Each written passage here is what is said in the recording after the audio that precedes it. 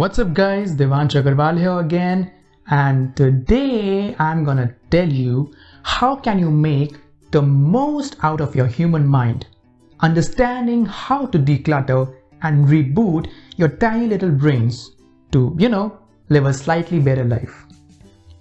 So before proceeding ahead, we are gonna do a small activity. I am gonna make you experience something which probably most of you have never experienced before in your life. Excited? Alright, so here's the thing.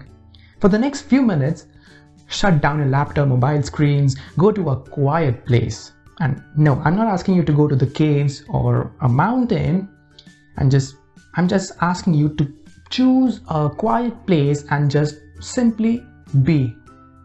Observe the space between you and the objects. You have to keep mum, both from the outside and the inside. No talking, no thoughts, no movements, nothing. Just you and your consciousness. What will happen is that some thoughts are gonna prop up after a while, so let them come. You don't have to fight them.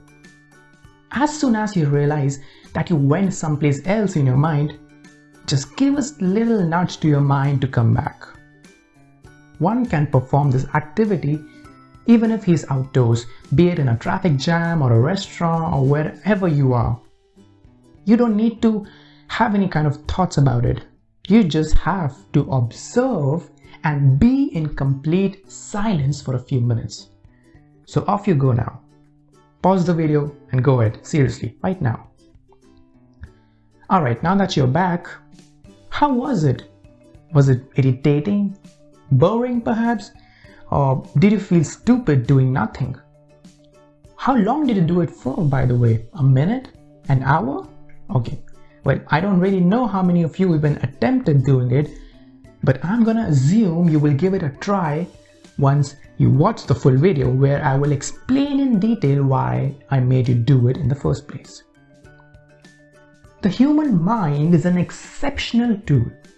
You see, all the problems you have in your life, the root cause of it is none other than your pretty little mind. Now don't take it otherwise. The human mind is probably the best instrument there was and ever will be in this world. But only when we use it right. Just like a smartphone. An excellent tool as long as we know how to utilize it the right way.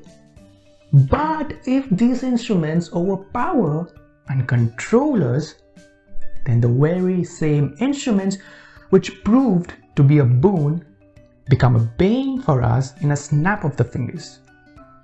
And that's what the story is with the human mind too.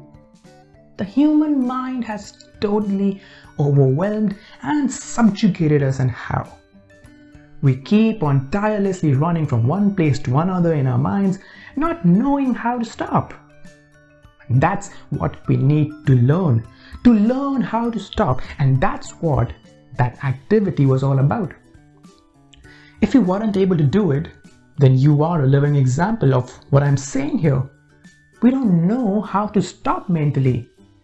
We are swamped in a bottomless pit of thoughts all the time. Ask yourselves, what is the longest you went without having any kind of thoughts in your mind? I don't know about you, but most of you will probably are gonna have a hard time to even think about when was the last time you didn't have any thoughts. We are simply being bombarded with thousands of thoughts non-stop, day and night. And that is precisely why we are not able to stay with a particular problem for long enough, because we are just so mentally restless. So what is the solution to this predicament? Well, there are two kinds of drop solutions. One is temporary, where I throw a bunch of shortcuts and tips and tricks to you and you feed them all in your minds. But it's probably not gonna work in the long run that effectively. Surely it will have some effect, but you won't even realize how quickly you go back to your normal life. Well, that's why it is a temporary solution. But lucky for you, I got a permanent one too. It's simple. You just need to figure out the solution to your problems on your own. Nobody knows your problems, your life situations better than you yourself, so it's a no-brainer that only you can come up with the solutions that serve you best. Your life is entirely different from mine. Your parents are entirely different from my parents. Hence, it has gotta be you only who analyze your circumstances and act accordingly. I can't really bring a change in life directly, because if I really was the one who's responsible for bringing a change, or anyone else for that matter, then they would have an unbiased effect on everyone listening or watching or reading them. But that's not the case. Millions of books are being sold. Billions of hours of podcasts are being heard. But how many of lives is it really affecting? You don't know that. It all depends on you ultimately. And when you are ready to take the challenge of controlling your life, then that's when you start getting the results. The faster you understand that no one else is gonna do it for you, the quicker you will be able to change your life for good. But I know that's very generic advice, so here I am gonna tell you how to boost that particular, that particular way. So I will help you know how you can declutter your mind to leverage it to the best. When can you understand your situations better?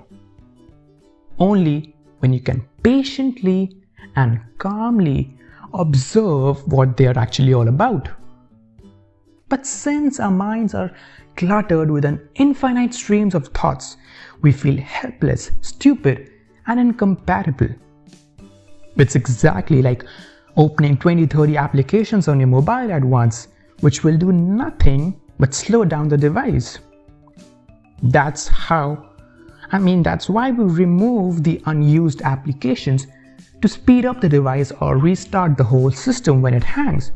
The human mind is also like a computer device, where too many open and unused applications slow us down and deteriorate the efficiency of performing a particular task. Besides, the more troubling part is that we don't really know how to close these unused applications in our minds, which is holding us back. We don't even know how to reboot our minds or how to shut down our minds for some time. And I'm not talking about sleeping here. Whenever a particular application pesters us in real life, a setback of any kind, a fight with someone, a failure or anything, we, instead of shutting the application down, open another one to keep us distracted. That's the root cause of all the problems we have. Come to think of it, this seems like the only option left for those who perhaps don't know how to shut down the application or restart the system. Let's say there is this particular application XYZ which is making your life miserable. Now, instead of shutting that application down, what we will do, we will open a bunch of other applications to divert our attention from the Pestering app. For some time, that particular app that was bothering us would shut down or will become dormant, but it is still gonna run in the background. The slightest contact, merely a simple thought, and the whole application will be up and running full throttle right in our faces. That's the whole game of the human mind we need to familiarize ourselves with. The human mind craves pleasure and is terrified, petrified, mortified, and stupefied of pain. Those painful applications can vary for different people, and to counter them, we run towards temporary pleasures, which is not the solution. It can alleviate our pain for some time, but as soon as we return to a normal life, we even find all those applications still up and running, ready to smack us down.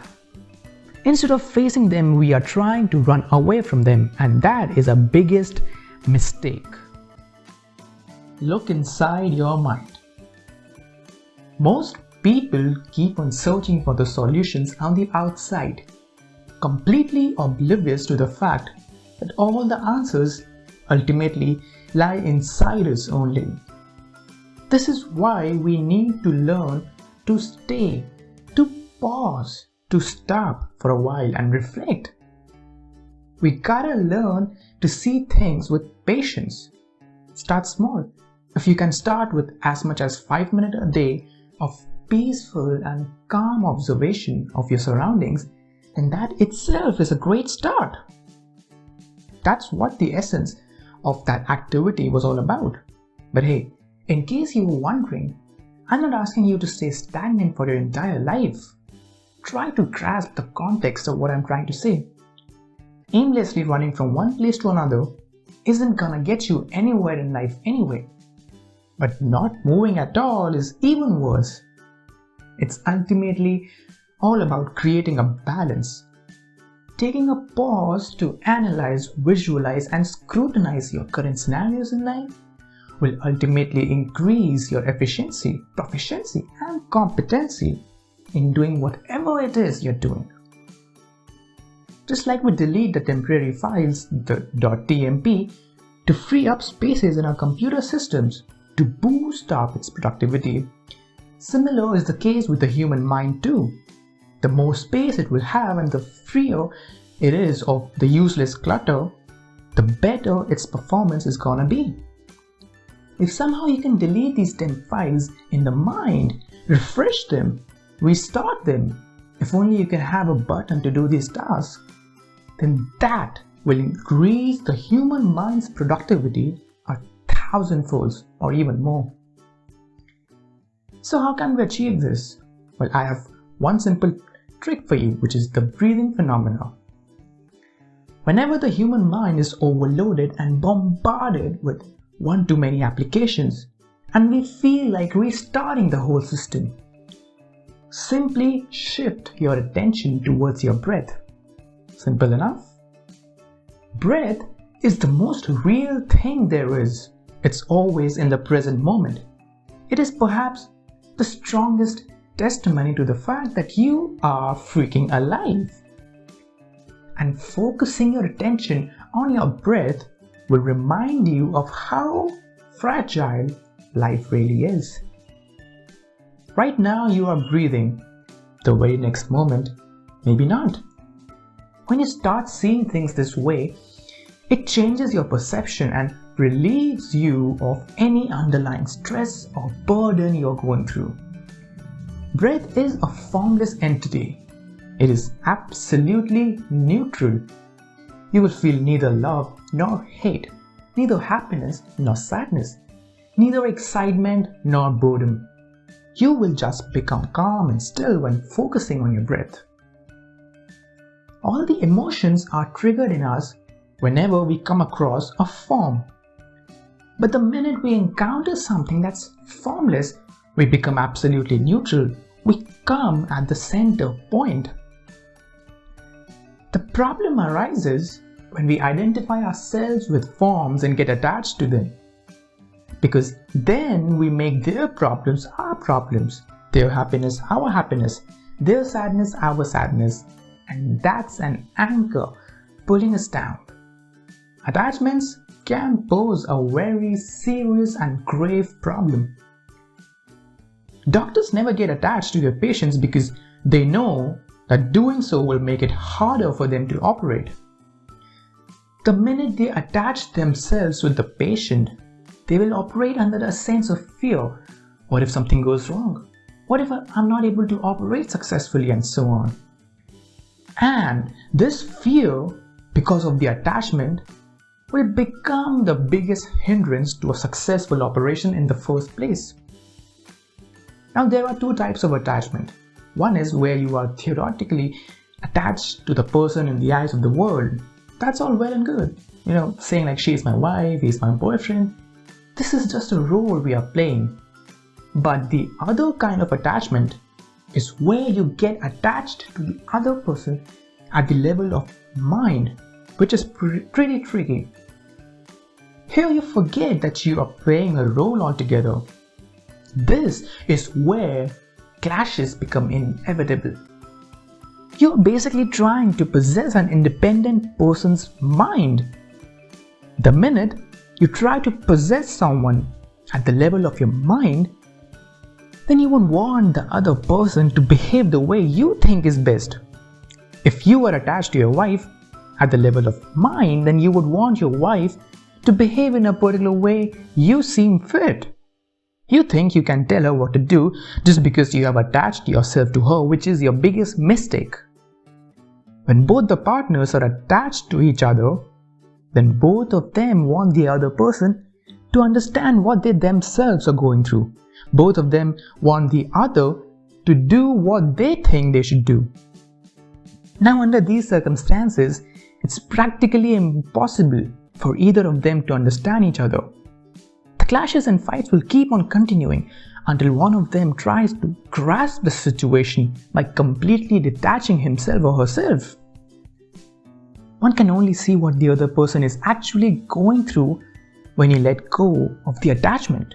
You gotta become the third person trying to analyze the situation going on between you two in a completely unbiased manner.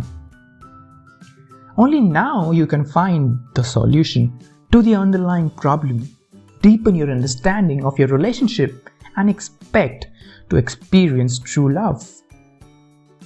There has been a huge misunderstanding that's hindering your growth. There has been a huge mix-up that has impaired our understanding of how to play this game of life. The mind thinks that in order to be happy, we need to do something or achieve something or become something.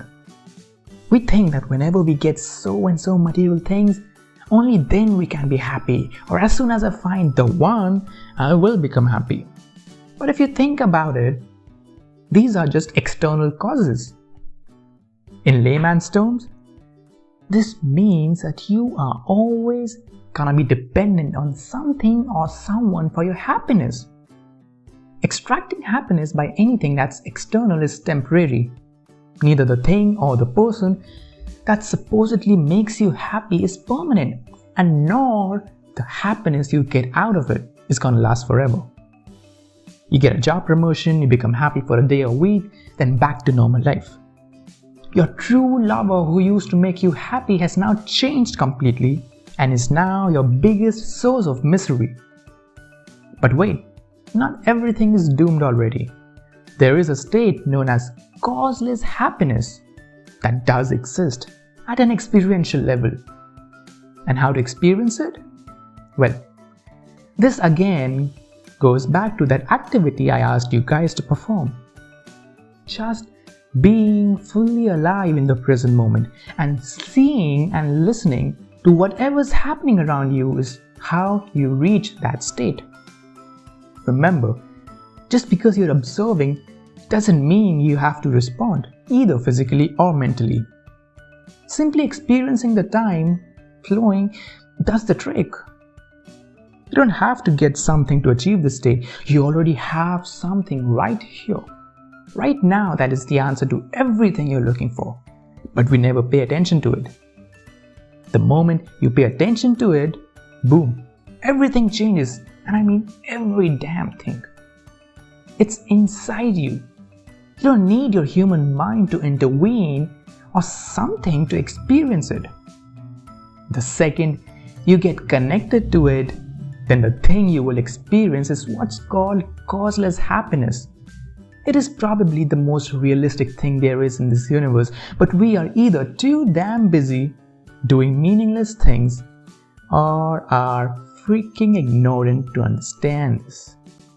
The whole world is like a never-ending film being played on a big screen. We are all so busy just watching the film, but nobody's interested in focusing on the screen, the thing on which everything is ultimately dependent on. This screen is actually the space between us. Right now, you are looking at your respective mobile or PC screens, but the minute you look at the space between your eyes and the screen, what happens? The mind goes blank, just like that. The human mind can only think about a form, It cannot have thoughts about something that doesn't have a form. Just like the formless, like space in this case, is formless entity. Your mind can't have any thoughts about the space. If you make the mind do something that it is not used to do, like watching the space, thoughts come to an end. You hear different kinds of sounds all the time. Now try listening to the silence.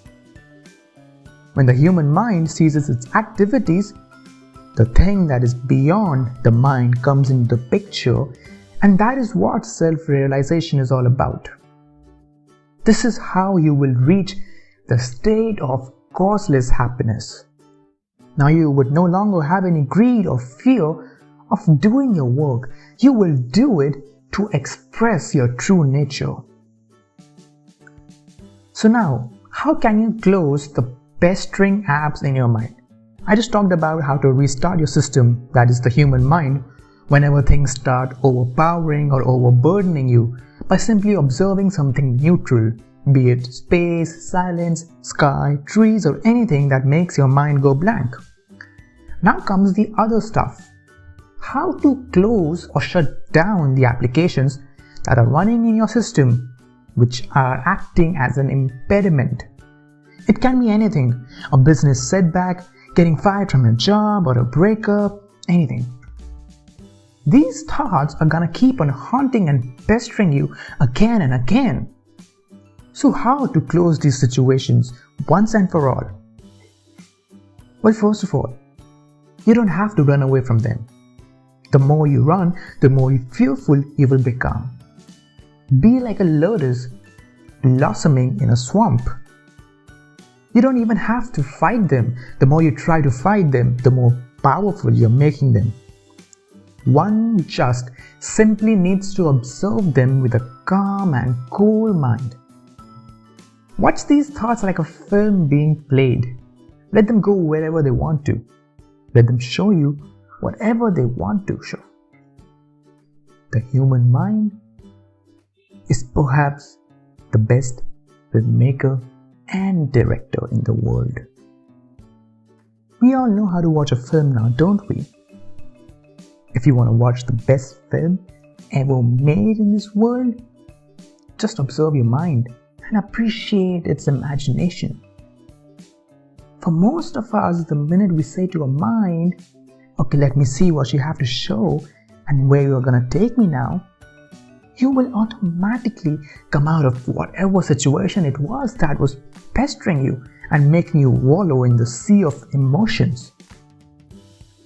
The human mind loves to operate in the dark. Whenever our backs are facing the mind or not being fully aware of the situation, it shows and tells a ton of things that intimidates and frightens us. But the minute we turn and see for itself what's going on in our mind, it stops playing whatever it was that it wanted to play. As long as your back is facing the mind, it is gonna leverage your situation to keep on taking advantage of you.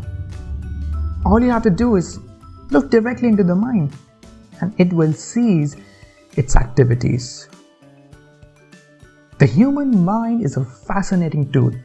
It can both put you on a pedestal and also obliterate you into a bazillion little pieces.